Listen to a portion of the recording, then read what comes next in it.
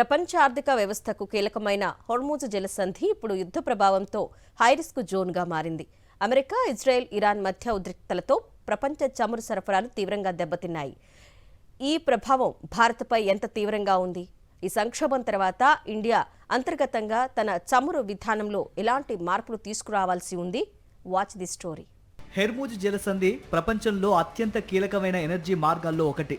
ప్రపంచంలో సముద్ర మార్గంలో తరలించే చమురులో దాదాపు 25% ఇక్కడి నుంచే వెళ్తోంది.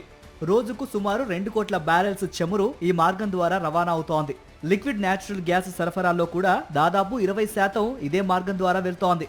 కానీ ఇప్పుడు యుద్ధ ప్రభావంతో ట్యాంకర్ల రవాణా మందగించింది. దీంతో పాటు చమురు నౌకల ఇన్సూరెన్స్ ఖర్చులు భారీగా పెరిగాయి. దీనివల్ల చమురు సప్లై చైన్లలో తీవ్ర అనిశ్చితి ఏర్పడింది. దీంతో అంతర్జాతీయ మార్కెట్లో బ్రెంట్ క్రూడ్ ధరలు $115 దాటేశాయి. రవాణా ఖర్చులు, ఎరువుల ధరలు పెరగడంతో ప్రపంచ ఆర్థిక వ్యవస్థపై ఒత్తిడి పెరుగుతోంది. యుద్ధ ప్రభావం భారత్ పైన తీవ్రంగా కనిపిస్తోంది. మన దేశం చమురు అవసరాల్లో 85 నుంచి 90% వరకు దిగుమతులపై ఆధారపడింది. అందులో ఎక్కువ భాగం హోర్ముజ్ మార్గం ద్వారానే వస్తుంది. ఎల్పీజీ విషయంలో కూడా మన పరిస్థితి అలానే ఉంది. దేశంలో 33 కోట్లకు పైగా కుటుంబాలు గ్యాస్ పై ఆధారపడుతూ ఉండగా 60% ఎల్పీజీ దిగుమతులు విదేశాల నుంచే వస్తున్నాయి. ఇప్పుడు సరఫరా ఆలస్యం, ధరల పెరుగుదల ప్రజలు, పరిశ్రమలపై భారీ ఒత్తిడిని పెంచుతున్నాయి.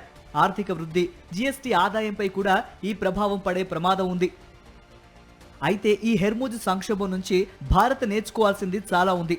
భవిష్యత్తులో ఇలాంటి సమస్య వస్తే ఏం చేయాలనే విషయంపై ఇప్పటి నుంచే చర్యలు ప్రారంభించాల్సిన అవసరం ఉంది. మొదటగా మధ్యాసియా దేశాలపై ఆధారపడటం తగ్గించి అమెరికా, రష్యా, ఆఫ్రికా దేశాల నుంచి దిగుమతులు పెంచుకోవాలనే అభిప్రాయాలు వ్యక్తమవుతున్నాయి. రెండవది, భారీ స్థాయిలో ఎనర్జీ స్టోరేజ్ ప్రాజెక్టులు అభివృద్ధి చేయాలి. మూడవది, ఇంటింటా induction stoves, roof top solars ప్రోత్సహించాలి.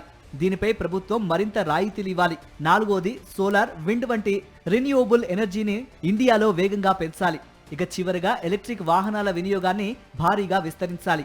ఈ 5 చర్యలు అమలు చేస్తే చమురు దిగుమతులు తగ్గుతాయి, దేశ ఆర్థిక వ్యవస్థ బలపడుతుంది, ఎనర్జీ స్వావలంబన వేగంగా సాధ్యమవుతుంది.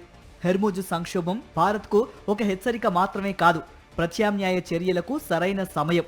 సరైన నిర్ణయాలు తీసుకుంటే ఈ సంక్షోభాన్ని అవకాశంగా మార్చుకొని ఎనర్జీ స్వావలంబన దిశగా భారత్ దూసుకెళ్లగలదు. దీని ద్వారా వికసిత భారత లక్ష్యం ఇంకా దగ్గరవుతుంది.